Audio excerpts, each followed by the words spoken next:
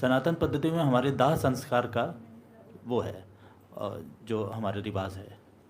अब दूसरे अन्य संप्रदायों या पंथों में कहीं पर धरती में या पृथ्वी में बॉडी को रखा जाता है। अब सनातन, जैसे अभी थोड़ी देर पहले आपने बताया था कि किसी चीज़ को जला देते हैं तो उसका इन्फेक्शन ख़त्म हो जाता है, और शायद ये उसमें ये पॉइंट है।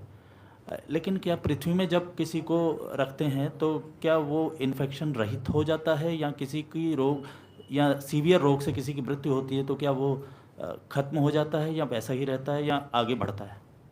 नहीं, इसमें दो बातें हैं। एक तो प्रावधान हमारे सनातन संप्रदाय में भी अंदर जमीन में समाधि देने का है। हाँ।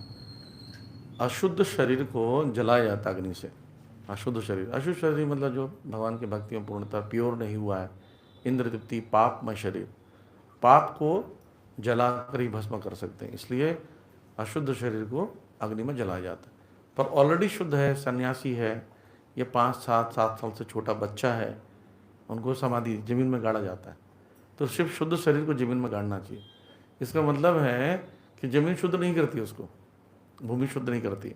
अब जहाँ तक बीमारी की बात है, बीमारी भी शरीर में जो रहता है वो के अंदर ही रहता है, इसके पीछे भी साइंस है।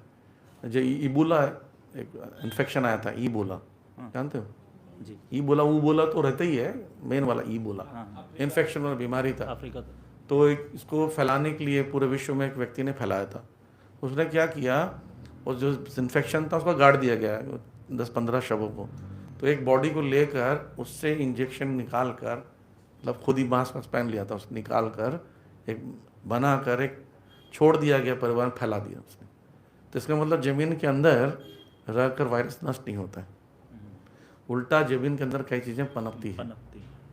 देखा हो केंचुए, सब चीज़ें मिट्टी में सब पनपता है।